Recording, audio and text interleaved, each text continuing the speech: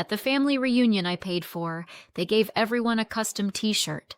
Mine said biggest disappointment. I didn't argue. I just smiled, took out a stack of papers, tore them in half, and left. An hour later, they finally read what I destroyed and started calling non-stop.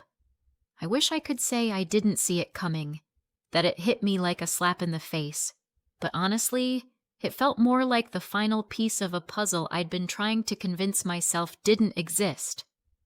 I stood there holding the t-shirt, staring at the bold black letters like they were written in permanent marker on my chest. Biggest disappointment. Nice.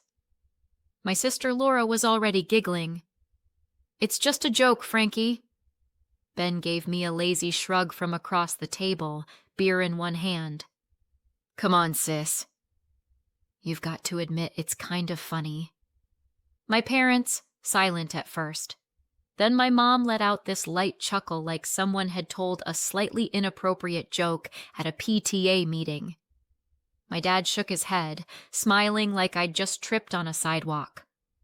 I nodded once, then again slower. Right. Funny. I folded the shirt neatly and set it on the edge of my plate. No one noticed that my hands were shaking just slightly, or if they did, they didn't care. I don't know what I expected. I paid for this entire reunion, venue, food, travel. I even paid for the matching shirts. That's the punchline, isn't it? They used my card to print that label. The joke. Hilarious. I'd spent months organizing this weekend.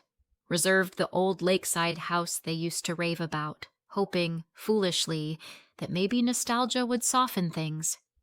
Maybe I'd finally feel like part of something again.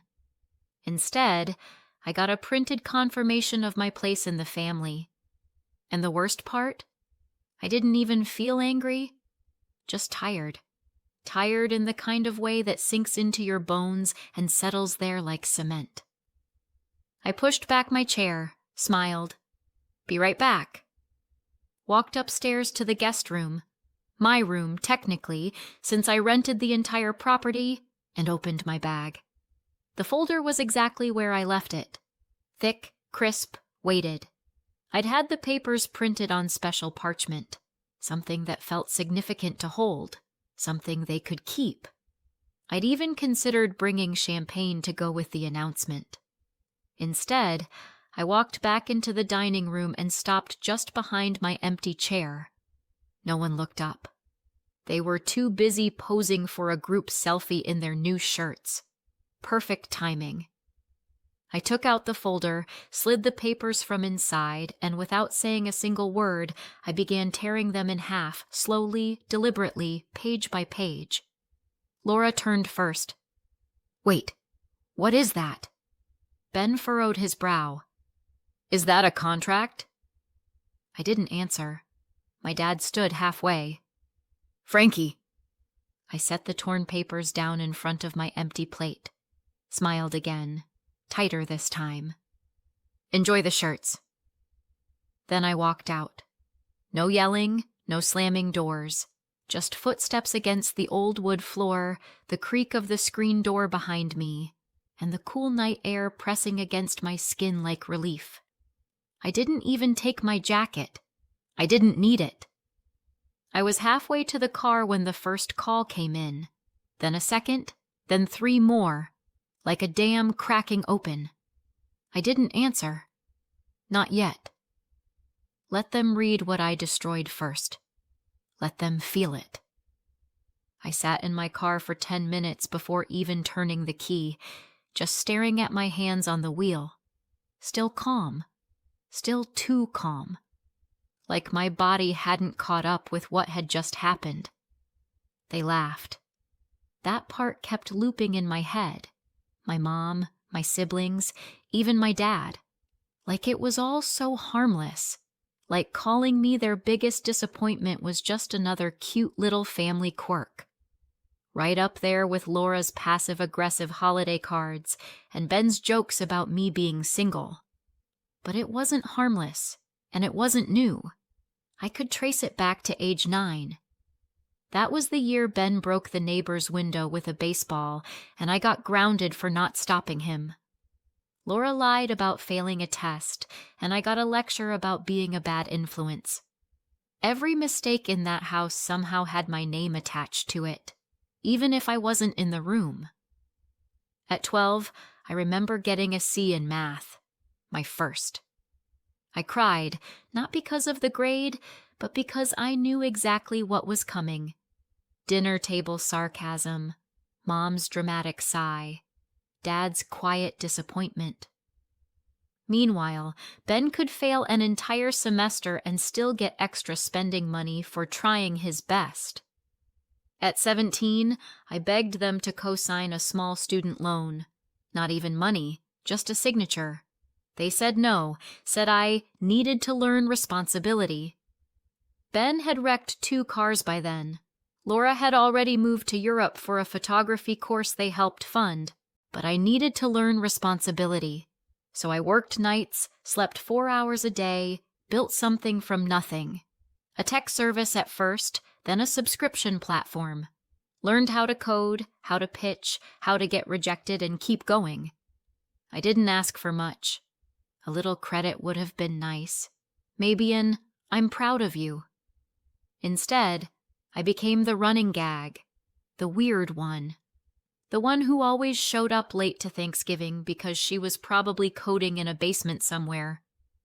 When I got my first 6-figure investment, I told no one. When I cleared my student debt in one lump sum, I told no one. When my company went viral, still no one. It felt like if I told them, they'd just find a way to twist it, turn it into another joke. Or worse, take credit for it. So I kept quiet. But I watched Laura host parties in apartments I knew she couldn't afford on her salary, watched Ben post cryptic Instagram captions about mental health only to DM me for money 2 days later, watched my parents struggle with their mortgage but still buy anniversary cruises, and I started helping quietly, an anonymous donation here, an untraceable transfer there. Because despite everything, I still wanted to believe in family. I thought maybe if I gave enough, they'd finally see me. That fantasy shattered last Christmas. I offered to fly everyone out to a ski lodge I rented. My mom told me to save my money, then posted a status about how Laura surprised them with a family-funded holiday. That was when I decided, no more behind the scenes. The reunion I just left, that was supposed to be my reveal.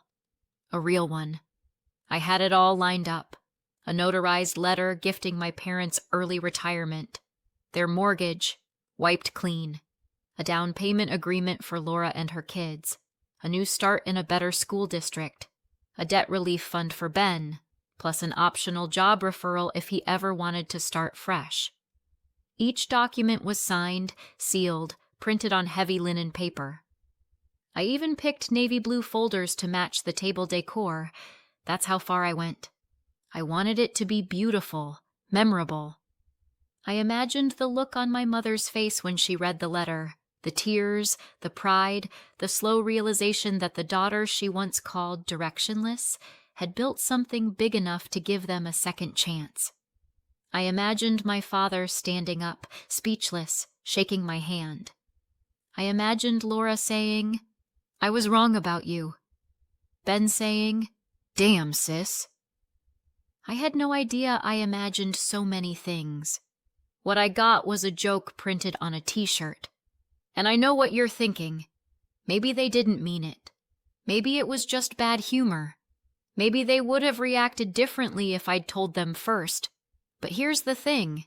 They knew, on some level. They always knew. They saw the car I drove, the clothes I wore, the way people reacted when I mentioned my company name. My mom once asked if I was doing okay financially, but in that careful, rehearsed way people do when they're fishing for confirmation without wanting to seem impressed. They just didn't care.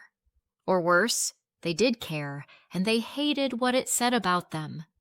So they laughed because it was easier to keep me in the disappointment box than admit they might have been wrong about me. And now they were going to find out what I had in those papers. And not just them. Everyone. Everyone who ever heard them talk about poor Frankie. Everyone who believed I was some failure drifting from one sad project to another. They were going to see the truth. But not before things got worse. Because I hadn't even seen the messages yet. The ones they were already sending. The lies they were already spinning. The story they were crafting before I could open my mouth. That came next. I didn't even make it back to the city before the story started spreading. First, a call from a friend I hadn't spoken to in months. "Hey, your sister just posted something weird. Said you had a breakdown at the family reunion. Everything okay?" Breakdown. That was the word she used. I opened Facebook, and there it was. A photo of the table from earlier that night. Shirts laid out, wine glasses full, a cake in the center, with a caption that read, "Some people just can't handle being part of a family. We still love you even when you self-sabotage. No names, no details, but it was clear who she meant." The comments were full of vague sympathy and cryptic takes. "So sorry, girl. You deserve peace. You did your best. Some people are just toxic. Family is complicated." Sending hugs. That would have been bad enough. Then came the group chat pings, screenshots, messages forwarded from cousins. My aunt asked if I was okay, said my mother called her crying, said I had thrown a tantrum and destroyed legal documents in some kind of manic episode. Ben texted me directly. "You seriously need help, sis. You embarrassed everyone. We tried to include you and you made it weird. Real classy." Include me, right? I didn't reply. Just forwarded the original documents to my attorney, asked him to timestamp the email, and CC'd my assistant. She replied 5 minutes later. "Would you like me to move up the Forbes feature to this weekend? I can add the scanned pages back in yes. That. Because here's the thing. I had options. I had evidence. I had receipts. They had a story, a weak one. But the louder they told it, the more dangerous it became. If there's one thing my family knows how to do, it's rewrite history fast. And this time, I wasn't going to let them get away with it. I had let them shape my narrative for too long. Now, it was my turn. I started by sharing the Forbes link quietly. No tag, no commentary, just the article. The underdog founder who secretly funded her family's life for a decade and then cut ties. Inside were photos of the documents, scanned, signed, dated, the same ones I'd torn up at the reunion. The article mentioned the company valuation north of $30 million and the anonymous donations traced back to me. It mentioned the mortgage payments, the college funds I'd quietly created under shell accounts. It mentioned the tech mentorship grant I launched 6 months ago for people who'd been written off by their own families. And it mentioned, briefly but clearly, why I walked away, not with bitterness, with clarity. Within hours, my inbox exploded. First were the congratulations, then the apologies, then the panic. A voicemail from Laura. "Why would you make that public? You're humiliating us." Text from Ben. "Wow. Real mature. Hope you feel good about ruining the family name." Then my mom. "We need to talk." You misunderstood the joke. We were just having fun. Misunderstood a joke. It was almost funny the way they were doubling down, but it wasn't over. Not yet. Because the story was gaining traction, and the spotlight I never wanted was about to get a lot brighter. A YouTube channel picked it up, then a podcast, then a short documentary. Comments flooded in. People chose sides, but mostly they chose me, because people recognize humiliation when they see it, especially when it wears a smile and calls itself family. Ben tried to clap back online, posted a rant about me being unstable, said I was twisting facts. Someone responded with a screenshot of the contract I'd written for him, annotated with dates. Someone else found an old tweet where Laura joked about being the golden child. Not so funny now. A tech influencer I didn't even know shared the Forbes article with the caption, "Let this be a reminder. Not every black sheep is lost. Some are just done with wolves in sweaters. They thought they could smear me, discredit me, make me look like the problem. Instead, they ended up exposed. And still, I hadn't said a word publicly. Not once, because I didn't have to. I had something better than a rebuttal. I had receipts. And now I had the world watching. You'd think after the article, after the messages, after the public unraveling of their favorite story, they'd back off. They didn't. If anything, they doubled down. Ben posted a long thread about how I was exaggerating for sympathy. He said I had a history of being dramatic, said I was always the one who felt left out, even when they tried their best. Laura started damage control with extended family. She told them I wasn't well, that the money had gone to my head, that I'd cut ties not because of a t-shirt, but because I was always looking for a reason to leave. And my parents? They stayed quiet publicly, but I know they were calling around, framing it as a misunderstanding, a sad situation. She just took things the wrong way. I watched them try to rebuild their version of the story, but this time it wasn't sticking, because the people they were talking to, a lot of them had already reached out to me quietly. A cousin who said she always noticed how I was treated differently. A former neighbor who remembered hearing my mom call me a late bloomer while bragging about Ben's internship at a company I now owned equity in. The part that hit hardest wasn't their spin. It was the realization that I had spent so long hoping they'd change, I didn't notice how much I had. I was no longer the kid trying to earn a seat at their table. I had my own table now, and the silence that followed that realization, it was the first time I felt peace in years. They sent a letter. It wasn't an apology. Not really. Just a carefully worded, "We're still your family and we love you, and we hope you can move past this. Move past it." Like it was a phase, like I got offended and stormed off and needed to come back once I'd cooled down. I didn't reply. A week later, they sent another. This one was longer, more emotional. Talked about the things they'd done for me when I was younger. Meals, rides, a roof over my head.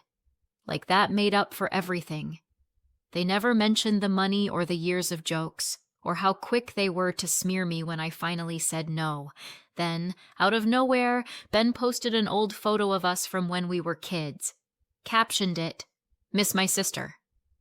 Still love her. Always will." I got tagged a lot. People wanted a response, but the only people I owed anything to were the ones who were there when I had nothing. And none of those people were wearing matching t-shirts. So I stayed quiet. And in that silence, things kept shifting. Laura's husband left. She'd been leaning hard into the "we're victims of cancel culture" narrative, and he wasn't having it. He took the kids, moved in with his sister. I found out from someone else.